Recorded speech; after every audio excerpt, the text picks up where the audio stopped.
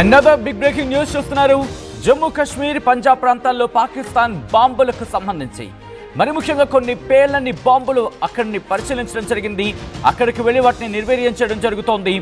ఇప్పుడు మన భద్రతా బలగాలు దానికి సంబంధించిన బిగ్ బ్రేకింగ్ న్యూస్ చూస్తున్నారు. సరిహద్దు ప్రాంతాల్లో పలు చోట్ల పాకిస్తాన్ బాంబులను గుర్తించడం జరిగింది.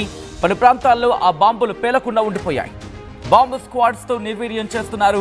మన భద్రతా బలగాలు సురక్షిత ప్రాంతాలకు బాంబులను తీసుకెళ్లి నిర్వీర్యం చేయడం జరుగుతోంది. సరిహద్దు ప్రాంతాల్లో ఇంకా ఆ ఉద్రిక్త పరిస్థితులు కొనసాగుతున్నాయి. పాకిస్తాన్ ఆర్మీ దాడి చేస్తుందనే భయంలోనే ఉన్నారు కొంతమంది. అయితే ఆ భయానికి సంబంధించి అవసరం లేదంటున్నారు భద్రతా బలగాలు. ఎందుకంటే కొద్ది రోజుల క్రితం వాళ్ళు ఎదుర్కొండానే బాంబుల మోత వినిపించిన తర్వాత ఇంకా అటువంటి పరిస్థితులు వాళ్ళలో మెంటల్గా కంటిన్యూ అవుతూ ఉంటాయి. అయితే ఈ నేపథ్యంలోనే ఇటు భారత్ కీలక నిర్ణయం తీసుకుంది. ఆ పేలని బాంబులను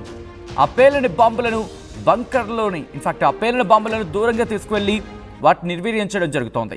పాకిస్తాన్ ఆర్మీ దాడి చేస్తున్న భయంలోని కొంతమంది ప్రజలు ఇంకా బంకర్లోనే ఉండిపోయారు. ఆ విజువల్స్ మీరు చూడొచ్చు. బాంబ్ డిస్పోజబుల్ టీమ్ ఉంది కదా, అది మీరు చూడొచ్చు. వాళ్ళు పూర్తిగా డ్రెస్అప్ అయ్యి పూర్తిగా సేఫ్టీ ప్రికాషన్స్ తీసుకొని ఆ దగ్గరికి వెళ్ళి వాటిని నిర్వీర్యం చేయడం జరుగుతుంది. ఆ బాంబ్ స్క్వాడ్ అక్కడికి వెళ్తున్న వాటిని నిర్వీర్యం చేయడం జరుగుతోంది. పాకిస్తాన్ బాంబు నిర్వీర్యం చేస్తున్న విజువల్స్ మీరు చూస్తున్నారు. వారిని పూర్తిగా మట్టిలో కప్పిపెట్టడమో లేకపోతే వాటిని పూర్తిగా కప్పెట్టిన వాటిని నిర్వీర్యం చేయడమో అలా జరుగుతోందన్నమాట. పాకిస్తాన్ బాంబు నిర్వీర్యం చేస్తున్న విజువల్ని ఇంకోసారి మీరు ఇక్కడ చూడొచ్చు. ఇగో ఈ మూలకి తీసుకొచ్చి ఎవరూ లేని ప్రాంతంలో పూర్తిగా దూరంగా తీసుకొచ్చి వాటిని పేల్చడం జరుగుతోంది. కొన్ని సందర్భాల్లో ఒక్కొక్కటి 5 కేజీలు ఉన్నాయి అట్లా అర్థం చేసుకోవచ్చు. మా ప్రతినిధి మధు అప్డేట్స్ అందించేందుకు సిద్ధంగా ఉన్నారు. మధు, పాకిస్తాన్ ఈ పేలని బాంబులని భారత్ నిర్వీర్యం చేస్తోంది. ఎక్కడెక్కడ ఎన్నెన్ని బాంబులను గుర్తించడం జరిగింది, వాటికి సంబంధించిన డీటెయిల్స్ అందుతున్నాయా? ఆల్ రైట్, మరి కాసేపట్లో మధు దగ్గరికి వెళ్లే ప్రయత్నం చేద్దాం. పాకిస్తాన్ ఆర్మీ దాడి చేస్తుందనే భయంలోని బంకర్లో ఉన్నారు ప్రజలంటే అర్థం చేసుకోవచ్చు. ఈ నేపథ్యంలో ఆయా ప్రాంతాలు ఎక్కడెక్కడైతే ఈ బాంబులను గుర్తించడం జరిగిందో, ఈ పేలని బాంబులను, మరీ ముఖ్యంగా ఎక్స్ప్లోజివ్ డివైజెస్ కూడా ఇవన్నీ. రైట్, మా ప్రతినిధి మధు అప్డేట్స్ అందించేందుకు ఫోన్లో సిద్ధంగా ఉన్నారు. మధు దగ్గరికి వెళ్దాం.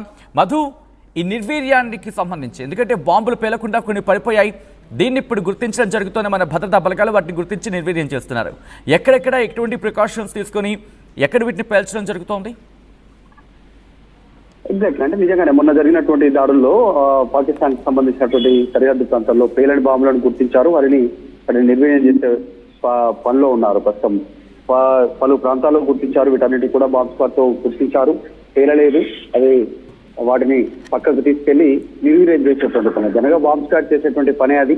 పేలని బాంబులు ఉన్నా, ఒకవేళ టైం సెట్ చేసి ఉన్నటువంటి బాంబులైనా టైం లోపల వాటిని నిర్వీర్యం చేయడం, పేలని బాంబులను నిర్వీర్యం చేయడం అనేటువంటి సర్వసాధారణ ప్రక్రియ. కాస్త ప్రమాదంతో కూడుకున్నప్పటికీ ముందుగా ఆ చుట్టుపక్కల ఉన్న ప్రజలను వారిని అప్రమత్తం చేస్తారు. వారిని పక్కకు పంపించి ఈ దాంట్లో భాగంగా వాటిని నిర్వీర్యం చేసే పని చేస్తారు. సో పాకిస్తాన్ ఆర్మీ దాడి చేస్తుందనేటువంటి భయంతో కూడా కొద్దిమంది ఇక్కడ బంకర్లో కొద్దిమంది ఉన్నట్టుగా తెలుస్తా ఉంది. స్టార్టింగ్ ఉన్నటువంటి ప్రజలంతా కూడా ప్రస్తుతం ఈ అంశంలో కాస్త అలర్ట్ జారీ చేశారు. మన భద్రతా సిబ్బంది బాంబులను గుర్తించే పనిలో ఉన్నట్టుగా కనిపిస్తా ఉంది. రైట్, అంటే ఆ విజువల్స్ మనం చూడడం జరుగుతోంది. చాలా దూరంగా తీసుకెళ్ళి ఎవరూ లేని ప్రదేశంలో వీటిని నిర్వీర్యం చేస్తున్న పరిస్థితి ఉంది. సో ఇటువంటి సినారియోలో వీటి కోసం ఏమైనా ప్రత్యేక బృందాన్ని ఏర్పాటు చేయడం జరిగింది. ఎందుకంటే వాళ్ళు ఎక్కడెక్కడ జైసల్మేర్ అంటే రాజస్థాన్ కావచ్చు, గుజరాత్ కావచ్చు, లేకపోతే జమ్మూ కావచ్చు, ఈ ప్రాంతాల్లో కొన్ని వందలాది డ్రోన్స్ని వాళ్ళు ఉపయోగించడం జరిగింది. ఈ డ్రోన్స్ ఎక్కడ పడేసాయో తెలియదు, అవి పేలయ్యో లేదో తెలియదు. సో వీటి కోసం ఏమైనా ప్రత్యేక బృందాన్ని ఏర్పాటు చేయడం, అటువంటి అంశాన్ని ఏమైనా పరిశీలించడం జరుగుతోందా, లేకపోతే లోకల్ ఎయిడ్ సపోర్ట్స్ తీసుకునే ప్రయత్నం జరుగుతోందా? డ్రోన్స్ లో మనం చూసాం, చైనా, టర్కీ నుంచి తీసుకున్నటువంటి డ్రోన్స్ ద్వారా కొన్నింటికి పైన గన్స్ ఉన్నాయి. గన్స్ ద్వారా ఆటోమేటిక్ గా ఫైరింగ్ రేంజ్, అంటే రేంజ్ నిర్ణయించిన తర్వాత ఫైర్ చేస్తాయి. జనావాసాల పైన కానీ, ఆర్మీ క్యాంపుల పైన కానీ, ప్రజల పైన కానీ ఆ టార్గెట్ రీచ్ అయిన తర్వాత ఎంత రేంజ్ సెట్ చేస్తారు.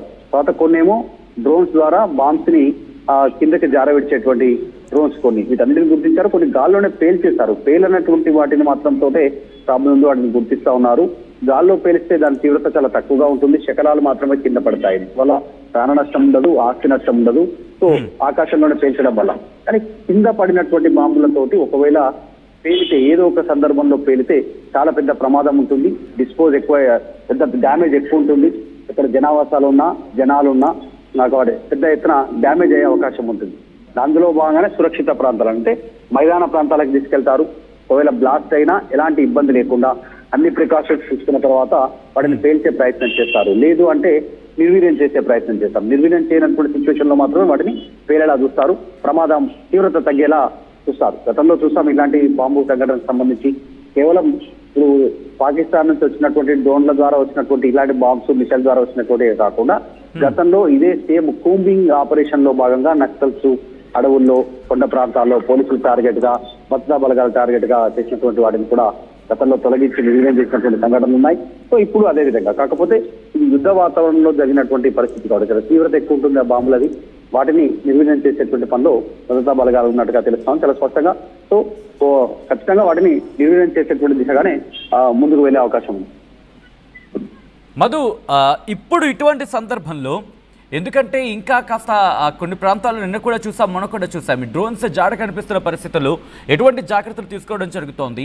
అట్ ద సేమ్ టైం ఎందుకంటే ఆ డ్రోన్కి సంబంధించి గాల్లోనే పేల్చేస్తున్నాం, బట్ అవి క్యారీ చేస్తున్నా ఎందుకంటే అవి ట్రిగ్గర్ చేసిన తర్వాత పెరాల్సిన బాంబులు ఉండొచ్చు, లేకపోతే అవి ట్రిగ్గర్ చేయకుండానే వదిలేసిన బాంబులు కావచ్చు, నిర్వీర్యం చేయాల్సిన కావచ్చు. ఇటువంటి పరిస్థితుల్లో ఎటువంటి జాగ్రత్తలు తీసుకోవడం జరుగుతుంది భారత భద్రతా బలగాలు? అట్ ద సేమ్ టైం స్థానికులకు ఎటువంటి డైరెక్షన్స్ ఇవ్వడం జరుగుతుంది, ఎటువంటి సూచనలు ఇవ్వడం జరుగుతుంది వాళ్ళకి?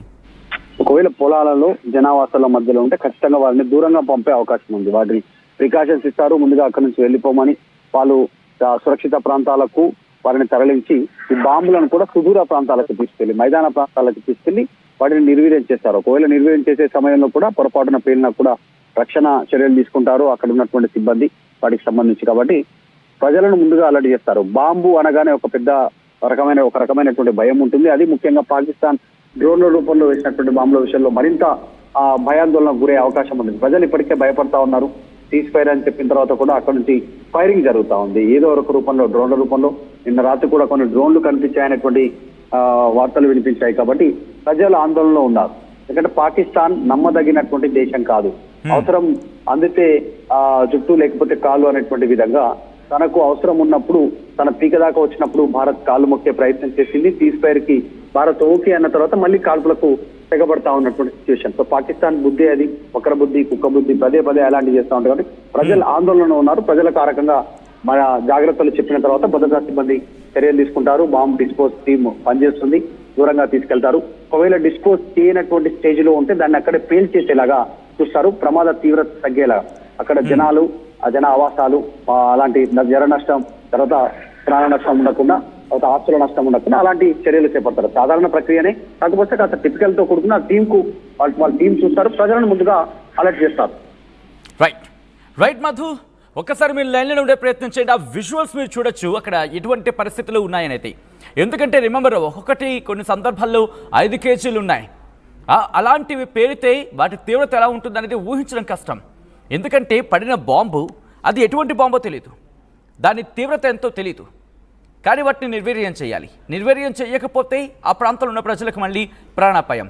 వీటి కోసమే వీటన్నిటికీ తెగించి అక్కడికి వెళ్ళడం జరుగుతోంది మన భారత భద్రతా బలగాలు. పూర్తిగా సేఫ్టీ ఆ ప్రికాషన్స్ ఉంటాయి కదా, ఆ పూర్తిగా భద్రతకు సంబంధించిన ఏర్పాట్లు చేసుకుంటూ ఆ సూట్ని ధరించి అక్కడి నుంచి వాళ్ళు ముందుకు వెళ్తున్న సందర్భాన్ని మీరు చూడొచ్చు. ఆ పూర్తిగా సూట్ ధరించిన తర్వాత అప్పుడు ఆ బాంబు దగ్గరికి వెళ్తారు. వెళ్ళిన తర్వాత దాన్ని వాళ్ళు చెక్ చేయడం జరుగుతుంది.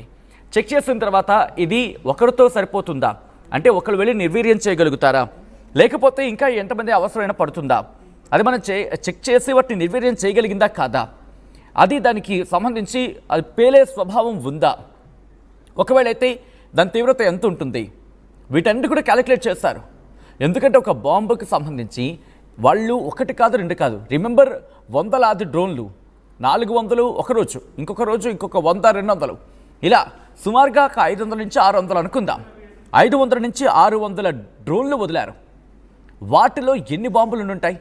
టర్కీకి సంబంధించిన ఆ డ్రోన్స్ నుంచి గన్స్ని కూడా వాళ్ళు రిలీజ్ చేశారు. ఆ గన్స్కి సంబంధించి వాటిని గన్స్తో గురిపెట్టారు. అంటే ఒక డ్రోన్కి గన్ నుంచి ఆ గన్స్ మనకి అటాక్ చేసేలా వాళ్ళు ప్లాన్ చేశారు. సో ఒకవేళ అదే కనుక నిజం అనుకుంటే ఇంకా ఎన్ని బాంబులు వాళ్ళు వదులుంటారు, ఎన్ని బాంబులు వాళ్ళు రిలీజ్ చేస్తుంటారు? సాధారణంగా ఉంటుంది, ఒక డ్రోన్ ఇలా ఉందనుకుందాం. రిక్వెస్ట్ ఒకసారి ఫ్రేమ్కి వచ్చే ప్రయత్నం చేద్దాం. డ్రోన్ ఇలా ఉందనుకుందాం. ఈ డ్రోన్కి వాటికి కమాండ్ ఉంటుంది. టార్గెట్ సెట్ చేయాలి. ఇలా డ్రోన్ ఉందనుకుందాం, ఇలా మనకి చేతిలో డ్రోన్ ఉంది. ఐ రిక్వెస్ట్ పీసీఆర్ టీమ్, ఒక్కసారి ఇలా డ్రోన్ ఉందనుకుందాం. ఆ డ్రోన్కి సంబంధించి ఆ డ్రోన్ ఇలా ఉంది కదా, ఆ డ్రోన్కి ఏం చేస్తారు, ఇక్కడెక్కడో ఫిట్ చేయడం జరుగుతుంది. సపోజ్ ఇలా మనం ఫిట్ చేశారనుకుందాం, ఇలా ఫిట్ చేశారనుకుందాం. ఇవేం చేయాలి, వీటి కమాండ్ వచ్చిన తర్వాత ఈ టార్గెట్ని ఫిక్స్ చేసుకొని ఆ టార్గెట్ మీద వదలాలి. రైట్, ఇక్కడ ఒక లొకేషన్లో టార్గెట్ ఫిక్స్ చేయాలి. ఇది కమాండ్ వచ్చిన తర్వాత అప్పుడు ఇది వెళ్ళి స్ట్రైక్ చేయాలి. రైట్, ఇది ఎప్పుడైతే మన బోర్డర్లోకి వస్తుందో, మన బోర్డర్లోకి ఎప్పుడైతే వచ్చేస్తుందో, మన ఇంటర్నేషనల్ బోర్డర్ కావచ్చు, లేకపోతే ఎల్విసి కావచ్చు, లేకపోతే గాల్లో కూడా మనకి సరిహద్దులు ఉంటాయి. అయిన తర్వాత మనం ఏం చేస్తాం, ఇక్కడి నుంచి మన రక్షణ వ్యవస్థ, ఎయిర్ డిఫెన్స్ సిస్టమ్ యాక్టివేట్ అయింది. యాక్టివేట్ అయిన తర్వాత వీటిని వెళ్ళి, అది ఆకాష్ కావచ్చు, లేకపోతే S-400 కావచ్చు, వెంటనే ఈ డ్రోన్ని పేల్చేసింది. ఈ డ్రోన్ పేల్చేసిన తర్వాత ఇవి ఉండిపోతాయి కదా, వీటికి కమాండ్ లేదు. వీటి కమాండింగ్ సిస్టమ్ అంతా ఇక్కడ నుంచి ఉంటూ ఉంటాయి. సో ఈ నేపథ్యంలో కొన్ని ఇక్కడే పేలిపోతాయి. కొన్ని ఏం చేస్తాయి, టార్గెటింగ్ బట్టి. సపోజ్ మనం రెక్కను కొట్టామనుకుందాం, ఆ రెక్క తెగిపోయింది అనుకుందాం, అప్పుడేమవుతుంది, ఆటోమేటిక్గా డిస్ఫంక్షన్ అయిపోతుంది కదా. కొన్ని సందర్భాల్లో పనిచేయడం మానేస్తుంది కదా. అప్పుడేమవుతుంది, ఇది అలాగే కింద పడిపోతుంది, అలాగే కిందకి వెళ్ళిపోతూ ఉంటాయి. సో ఇటువంటి సిస్టంలోనే మీరు చూస్తుంటే కొన్ని మిజైల్స్ వచ్చాయి. అంటే కొన్ని మిజైల్స్, సపోజ్ నేను క్యాప్ను కూడా ఇలా కవర్ చేస్తున్నాను. అంటే ఏం జరుగుతుంది, వెళ్ళి ఇక్కడ కమాండ్ ఇచ్చిన తర్వాత ఓకే, ఇది టార్గెట్ ఫిక్స్ చేసుకుంది, మనం గాల్లో వీటిని కొట్టలేదు. అప్పుడు ఏం చేస్తుంది, ఈ క్యాప్ని ఇలా రిలీజ్ చేసేసి అప్పుడు ఇది వెళ్ళి నేరుగా ఈ టార్గెట్ని కొడుతుంది.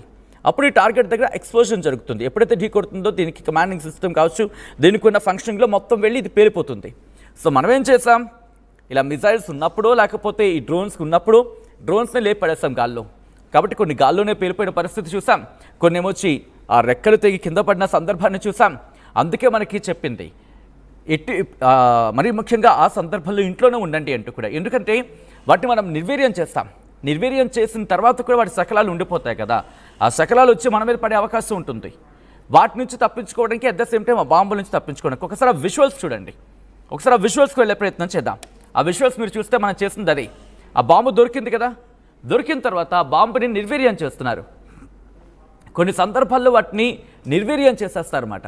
ఆ ప్రాసెస్ డిపెండింగ్ అపాన్ ఎక్స్ప్లోజివ్ అంటారు కదా, ఆ పేలుడు స్వభావాన్ని బట్టి, ఆ బాంబు స్వభావాన్ని బట్టి దాన్ని ఎలా నిర్వీర్యం చేయాలి, దాన్ని పేల్చేయాలా, లేకపోతే పాతిపడేయాలా, లేకపోతే ఒక టైం ఉంటుంది, ఆ తర్వాత అది దానంతట అదే నిర్వీర్యం అయిపోతుందా, వాళ్ళ దగ్గర కొన్ని క్యాలిక్యులేషన్స్ ఉంటాయి. దానికి తదనుగుణంగా వాళ్ళు వెళ్తారు.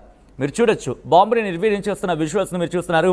ఇంకో బాంబుని పేల్చేస్తున్న విజువల్స్ని మీరు చూడడం జరుగుతోంది. అది ఎక్స్ప్లోజన్ జరిగినా దాని తీవ్రత లేకుండా దానికి తగిన ఏర్పాట్లు చేసుకుంటున్న విజువల్స్ మీరు కూడా మన సైన్యం అక్కడికి చేరుకుని పూర్తిగా అక్కడికి మీరు చూడొచ్చు, మట్టిలో కప్పెట్టేస్తున్న పరిస్థితి. బహుశా దాని శకలాలు అనుకుంటా. ఎందుకంటే ఆ శకలాలు కూడా మళ్ళీ ఎవరైనా ఇబ్బంది పడే అవకాశం ఉంటుంది. దానికి ఏమైనా మళ్ళీ కెమికల్ కాంపౌండ్స్ కావచ్చు, అయితే ఆ కెమికల్ కనుక ఉండిపోయింది అనుకోండి, అది మళ్ళీ ఎవరికైనా తెలియకుండా ఇబ్బంది జరిగే అవకాశం ఉంటుంది.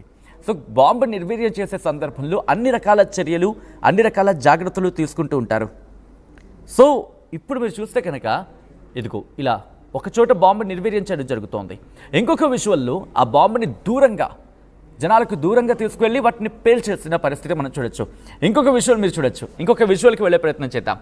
పూర్తిగా వాళ్ళు సూట్ వేసుకుంటారు. ఆ సూట్ వేసుకొని ఆ తర్వాత ఆ బాంబు దగ్గరికి వెళ్ళి అప్పుడు వాటిని నిర్వీర్యం చేస్తారు. ఇలా అనేక స్టెప్స్ ద్వారా వాళ్ళు నిర్వీర్యం చేయడం జరుగుతుంది. ఇది ఎక్కడెక్కడ, జమ్మూ కాశ్మీర్, పంజాబ్, రాజస్థాన్, ఈ 3 చోట్ల కూడా ఇటువంటి పరిస్థితులు ఉన్నాయి. అందుకే అక్కడికి వెళ్ళడం జరిగింది. ఇది మిమ్మల్ని భయభ్రాంతులకు గురి చేయడం కాదు, ఎందుకంటే అక్కడ కూడా తెలుగు వాళ్ళు ఉన్నారు, అక్కడ కూడా మనల్ని ఫాలో అవుతున్న వాళ్ళు ఉన్నారు, ఆర్టీవీని చూస్తున్న వాళ్ళు ఉన్నారు. కాబట్టి ఆ ప్రాంతాల్లో కూడా ఎక్కడైనా ఇటువంటివి కనిపిస్తాయి. ఇన్ఫ్యాక్ట్ ఢిల్లీ లాంటి ప్రాంతాలకు సంబంధించి కూడా అక్కడ కూడా ఫతే లాంటి మిజైల్స్ని ఉపయోగించిన పరిస్థితి ఉంది కదా. మనం చూసాం ఒక లాంగ్ రాకెట్స్ని, శిథిలాలని, చాలా పొడవైన శిథిలాలను కూడా మనం చూడడం జరిగింది, బాంబుల్ని. అవి పేరనివి అవి. సో ఇటువంటి నేపథ్యంలో మీ ఇంటి పక్కన కావచ్చు, లేకపోతే మీ ప్రాంతాల్లో కావచ్చు, అంటే అది జైసల్మేర్ కావచ్చు, అంటే మరి రాజస్థాన్, పంజాబ్, జమ్మూ కాశ్మీర్ ఈ ప్రాంతాల్లో ఎక్కడైనా బాంబు కనుక కనిపిస్తే భయపడొద్దు. భయపడకుండా ముందు పోలీసులకు సమాచారం అందించండి. దాన్ని తాకే ప్రయత్నం చేయొద్దు. మీరు చూస్తే ఒక విజువల్లో స్థానికులందరూ కలిసి ఒక